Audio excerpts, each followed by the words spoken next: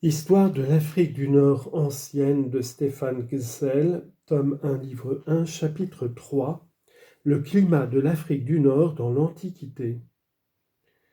Le climat de l'Afrique du Nord s'est-il modifié depuis l'Antiquité? Cette question a été souvent posée et les réponses ne concordent pas. Nous devons l'examiner de très près car elle est fort importante.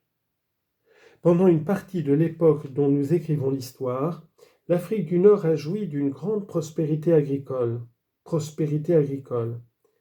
Il s'agit de savoir si cette prospérité a eu pour cause principale un climat plus favorable à la culture que le climat d'aujourd'hui, ou si elle a été surtout l'œuvre de l'intelligence et de l'énergie des hommes. Si nous devons nous borner à regretter un passé qui ne revivra plus, ou lui demander au contraire des leçons utiles au temps présent. Indiquons d'abord les traits généraux du climat actuel. L'Afrique du Nord est située dans la zone tempérée boréale, mais dans la partie méridionale de cette zone. Elle est comprise en effet entre le 29e parallèle de latitude nord, extrémité occidentale de l'anti-Atlas, et le 37e parallèle, extrémité nord-est de la Tunisie. Elle appartient donc à l'ère des pays chauds. Cependant, le voisinage ou l'éloignement de la mer et la diversité des altitudes y déterminent des différences de température bien marquées. Cette contrée offre une très grande étendue de côtes, le long desquelles l'influence régulatrice de la mer établit un climat où les maxima de chaleur et de froid ne présentent pas de grands écarts. Il est rare que le thermomètre descende au-dessous de zéro, du moins dans le cours de la journée, et qu'il s'élève au-dessus de 30 degrés. Il faut néanmoins tenir compte, même à proximité du littoral, des refroidissements nocturnes qui sont causés par le rayonnement dans les temps clairs fréquents en Afrique et qui affectent la couche inférieure de l'atmosphère jusqu'à une hauteur d'environ 1 mètre. Il arrive souvent en hiver et parfois même au printemps que la température pendant une partie de la nuit tombe au-dessous de zéro dans le voisinage du sol. Ces refroidissements peuvent être funestes à la végétation. En été, l'humidité de l'air est pénible pourtant. Elle atténue l'ardeur des rayons du soleil, modère l'évaporation et quand le sirocco sévit, tempère sa brûlante sécheresse. De mai à septembre, la brise de mer souffle au milieu de la journée et apporte une fraîcheur bienfaisante. On lit en note, surtout sur la côte occidentale du Maroc, longée par un courant marin froid qui modère la chaleur en été. Fin de note. Mais l'Afrique du Nord est dans son ensemble un pays de haute terre. À mesure qu'on s'élève et qu'on s'éloigne du littoral, l'écart entre les températures extrêmes augmente. En hiver, le thermomètre peut descendre dans la journée à moins 9 degrés à Tiaret, moins 11 à Sétif, moins 13 à Batna, moins 5 au Kef, moins 6 à Maktar. Les froids nocturnes que le rayonnement provoque à la surface du sol sont souvent très vifs, même au printemps, dans une saison où la gelée est particulièrement redoutable aux cultures. Dans les jours d'été, la transparence de l'atmosphère laisse toute la force aux rayons du soleil.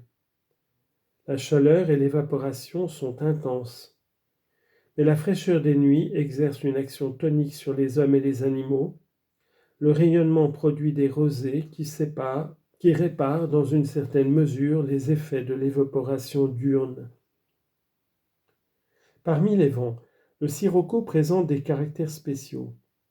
Ce nom, qui paraît venir du grec, d'un mot signifiant desséché, est donné dans l'Europe méridionale et quelquefois même dans l'Afrique du Nord à des vents d'hiver humides et chauds.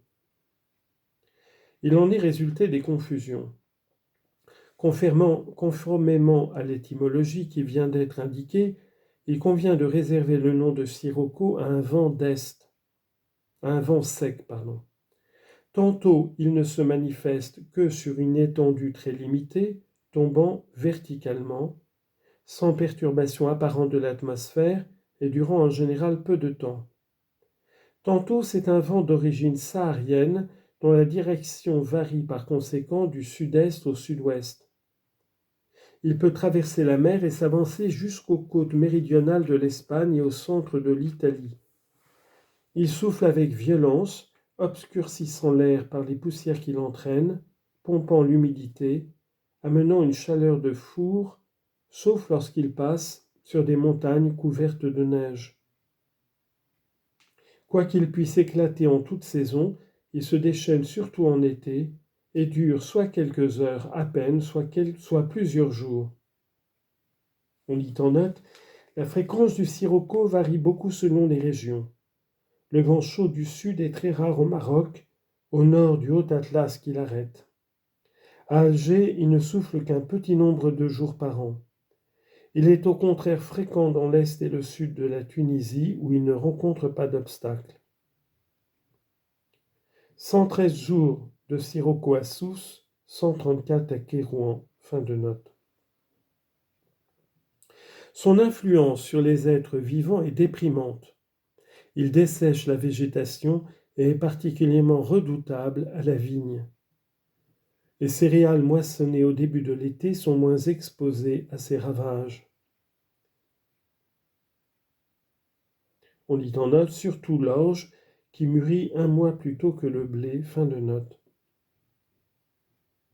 Le sirocco mis à part, les vents qui dominent pendant l'hiver sont ceux du sud-ouest et de l'ouest au Maroc, du nord-ouest en Algérie et en Tunisie. Dans cette saison, ceux du sud-ouest et de l'ouest sont fréquents aussi en Algérie. Les vents dominants d'été viennent du nord et du nord-est au Maroc et en Algérie, du nord-est et de l'est sur la côte orientale de la Tunisie.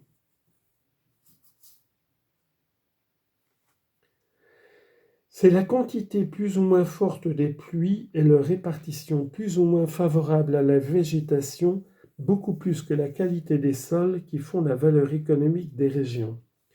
Pays de culture et d'arbres, steppes où ne poussent que des plantes permettant l'élevage d'espèces animales sobres, enfin désert. Les pluies sont amenées dans l'Afrique septentrionale par les vents du sud-ouest, de l'ouest et du nord-ouest, qui, ayant passé sur de vastes surfaces marines, arrivent chargés de vapeur d'eau.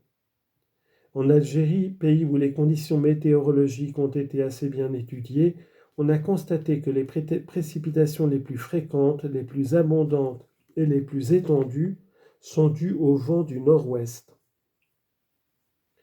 La saison pluvieuse coïncide à peu près avec l'hiver, en y comprenant la seconde moitié de l'automne et le début du printemps.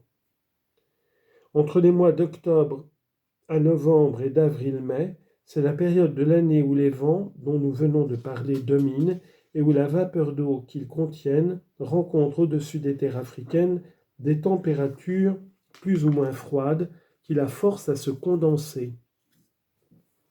Il y a souvent dans cette saison 2 époques de précipitations plus abondantes, 2 maxima séparés par une période de sécheresse. Entre mai et octobre, les pluies tombent rarement et sont de courtes ondées, d'ordinaire sous forme d'orage. Elles font presque entièrement défaut en juillet et en août. Les vents dominants du nord-est et de l'est ne trouvent pas au-dessus du sol surchauffé des conditions atmosphériques nécessaires à la condensation de la vapeur d'eau dont ils se sont imprégnés en passant sur la Méditerranée. Les chaleurs précoces provoquent sur les montagnes la fusion rapide des masses neigeuses qui, dans des pays plus septentrionaux, constituent des réserves alimentant les réserves à la fin du printemps, alimentant les rivières à la fin du printemps et pendant une partie de l'été. Les neiges disparaissent en mai des hauts sommets de la Kabylie. Elles durent plus longtemps sur l'Atlas marocain, beaucoup plus élevé, et ont une influence heureuse sur le débit des cours d'eau. Mais même dans cette région, elles ont à peu près achevé de se fondre en juillet, sauf peut-être dans des anfractuosités que le soleil ne chauffe pas. On sait que ce sont en été, on sait ce que sont en été la plupart des rivières de l'Afrique du Nord.